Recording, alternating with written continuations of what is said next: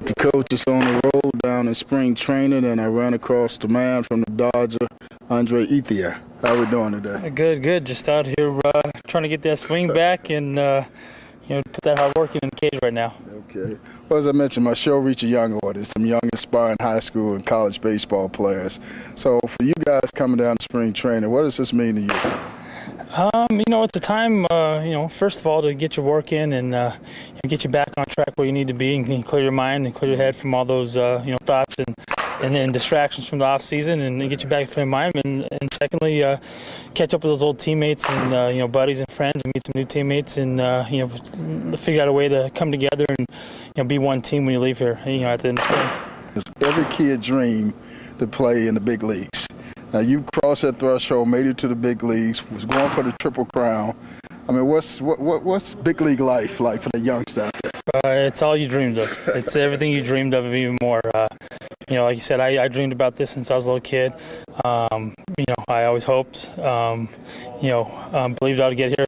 You never really think it, it's actually going to happen. But, as long as you keep those hopes, dreams, and beliefs alive, you can achieve anything. And, I went from, not being drafted in high school to finally getting drafted at Arizona State and, found my way up here. And 6 years later, I'm sitting in the big league still and enjoying a great life and getting a chance to, live out that dream. And I always tell youngsters it's all about having opportunity. So how does that opportunity come about for you?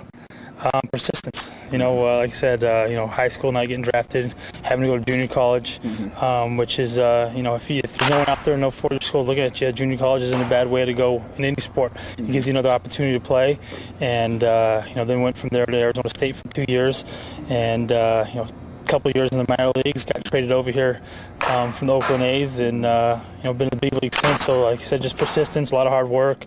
Never giving up. I've had plenty of 0 for 4s and a couple of strikeout games, but always coming back and knowing I have the talent and abilities to make it here and stay here. So, what's Dodger life like? It's unbelievable. LA is a great place to play.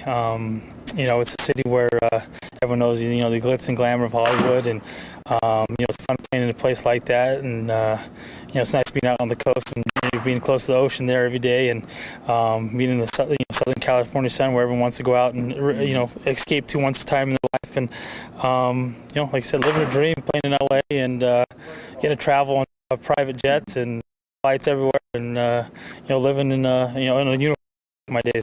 Need a bodyguard. Exactly. You making it glamorous. I need your bodyguard. Yeah. I always tell those youngsters that went to the big leagues. It's a different lifestyle.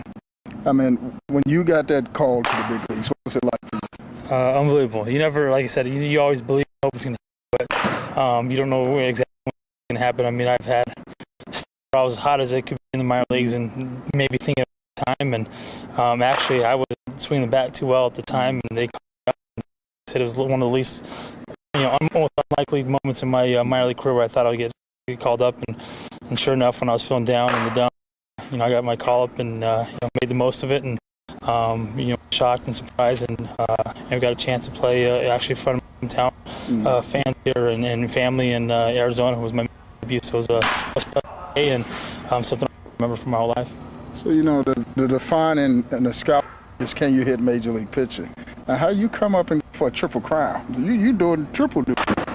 That's something where you just have to go out there and, like I said, believe and trust yourself, and don't get too caught up in the moment. There's gonna be a lot of hype and a lot of emotion involved in it, but at the same time, just enjoy it. I think sometimes you can put a little bit too much pressure on yourselves in those situations when you let the everything going around build and come down on top of it, rather than just taking a wide-eyed approach and all in and enjoying it, and realize not many people get the opportunity to be in this situation and have fun and be thriving in a major league, as a major league player the way I was. Coach on the road in spring training, take you behind the scene with the Dodger man. Appreciate it. Chapter 7, High Expectations. Coaching brings with it a myriad of experiences, some uplifting and others challenging. One particular journey stands out. A player who initially thanked me for the opportunity turned into another who tragically blamed me for his not being drafted. His questions rang with intensity. Why didn't you get me drafted? Did you think I was good enough? You got drafted, but not me. Why? As I listened, it became clear he was grappling with profound disappointment. I later learned that the pain of not being drafted led him to a mental breakdown, a spiral into addiction, and feelings of alienation from his parents. He believed they saw him as their meal ticket and now as a failure. Many more true stories are in the book. Order your copy today at yourdiary247.us. That's yourdiary247.us. Order it online today. It is now available on Amazon, and our website makes sure to get it today. Click the link to share, subscribe, follow, or like us on social media. Thank you in advance for your support.